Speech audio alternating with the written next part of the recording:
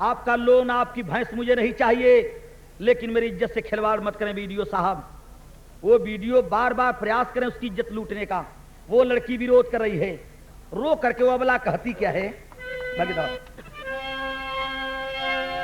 देखा यहां बड़ा कार्मिक दृश्य। वो लड़की कह रही है कि धाई के चारनिया बोली सुडनी बाचानिया हो, धाई के चारनिया बोली सुडनी बाचानिया हो, धाई के चारनिया बोली सुडनी बाचानिया हो, कि धाई के चारनिया बोली अरे सुदामी बचानिया हो, कि मोर लेखे तोरे बीटी हिनिया ये बाबूजी हो, मोर लेखे तोरे बीटी हिनिया ये बाबूजी हो, मोर लेखे तोरे बीटी हिनिया ये बाबूजी हो, मोर लेखे तोरे बीटी हिनिया ये बाबूजी हो, मोर लेखे तोरे बीटी हिनिया ये बाबूजी हो, मोर लेखे तोरे बीटी हिनिया ये बाबूजी हो, मोर लेखे तोरे आप अपनी उम्र की तरफ देखिए वीडियो साहब, मेरे समान आपके पास बेटियां भी होगी। एक बात तो लड़की रोकर और कहती है क्या कि आधा पेटा खा के भल ही करब बिहानावा हो, आधा पेटा खा के भल ही करब बिहानावा हो, आधा पेटा खा के भल ही करब बिहानावा हो, जनी कर हम से नदनिया ए बाबूजी। बाबूजी आपका भैंस, आपका लोन मुझे नहीं चाहिए, गरीबी में जीवन बिता लूंगी बाबू, मेरी इज्जत के साथ मत खेलिए।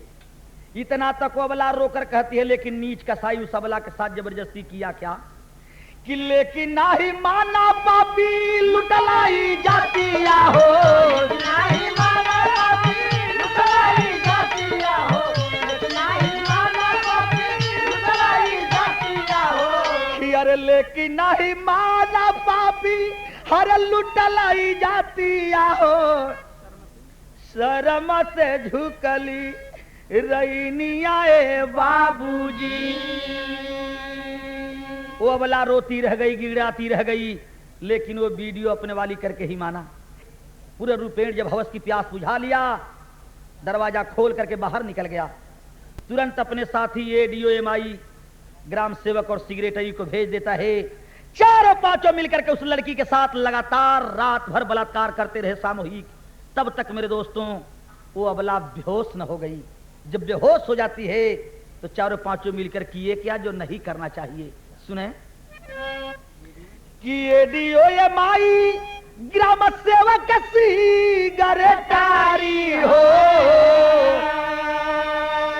कि अरे हवसी बुझावाले हवस कयागिनिया,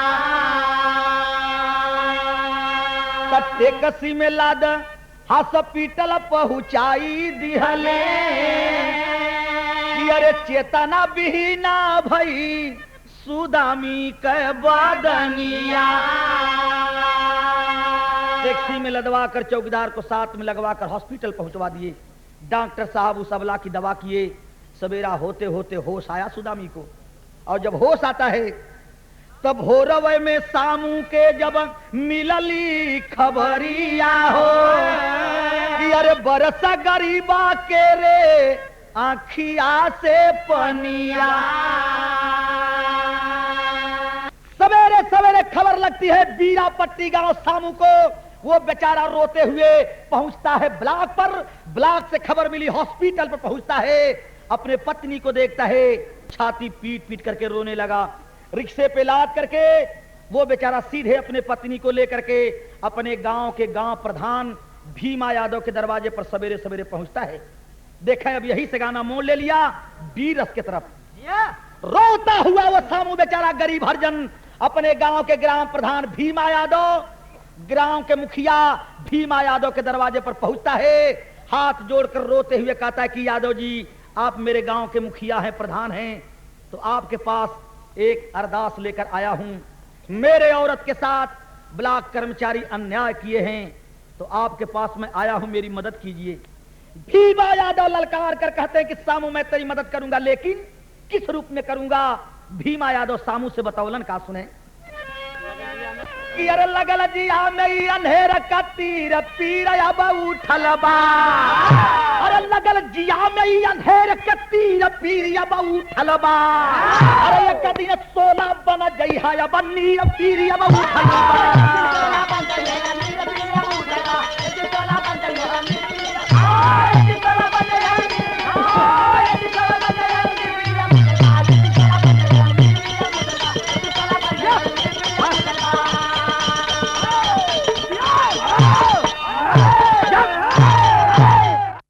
कि लगल जिया में ई अंधेर का तीर पीर अब उठल बा।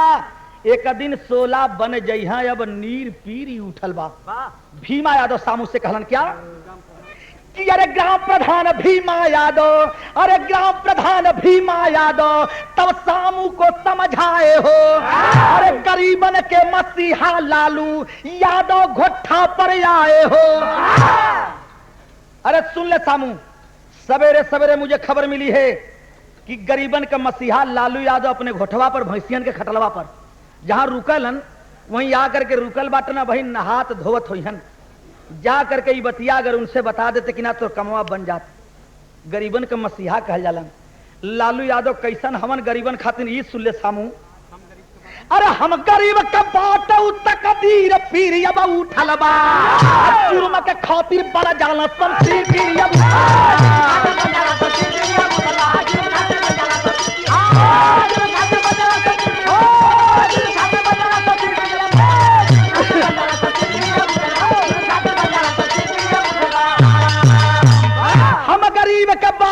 तकदीर पीर अब उठल बा। जुर्म के खातिर बन जाला शमशीर पीर अब उठल बा।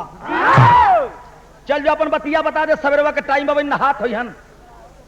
भाई साहब बेचारा सामू वही सवेरे के टाइम भीमा यादव का बात मान करके और रोवत धीरे धीरे वही भैंसिन के खटाल पर पहुंचल। देखला कि अरे बाप रे बाप, लालू यादव सरकार अलगवा चौकिया पर कुर्ता निकाल के नहैले के तैयारी करत बाटन। भैंसिन का खटाल बा, बल्टहा लोग अपन बल्टी ले लेके बिना मोटर गाटर वाली साइकिल बल्टा टंगल बाटन। एक तरफ साइकिल बल्टा गजल बाटन, दूध लहले के चक्कर में लोग बाटन। एक तरफ अधिकारी लोगन का गाड़ी एकदम खचाखच भरल बाटिन। लालू यादव चौकिया पर बैठ के फरकवा कुर्ता निकाल के नहैले के तैयारी करत बाटन। सवेरे का टाइम बा। थोड़ी दूर पर खड़ा होकर के सामू बेचारा झरझर झरझर रोवत बा। देखा था कि सरकार जो बा नहैले के तैयारी में बाटन, कहीं कि ना कहीं अपन बात। तबले लालू यादव का नजर सामू पर पड़ल हो। कहलन अरे भैया तू कहे फरकवा खड़ा होकर रोवत हो, पहले तो अपन हमरे लग गया बा, हमरे लग गया बा। तुहार बात पहले सुनी, बाद में नहाई धोवब।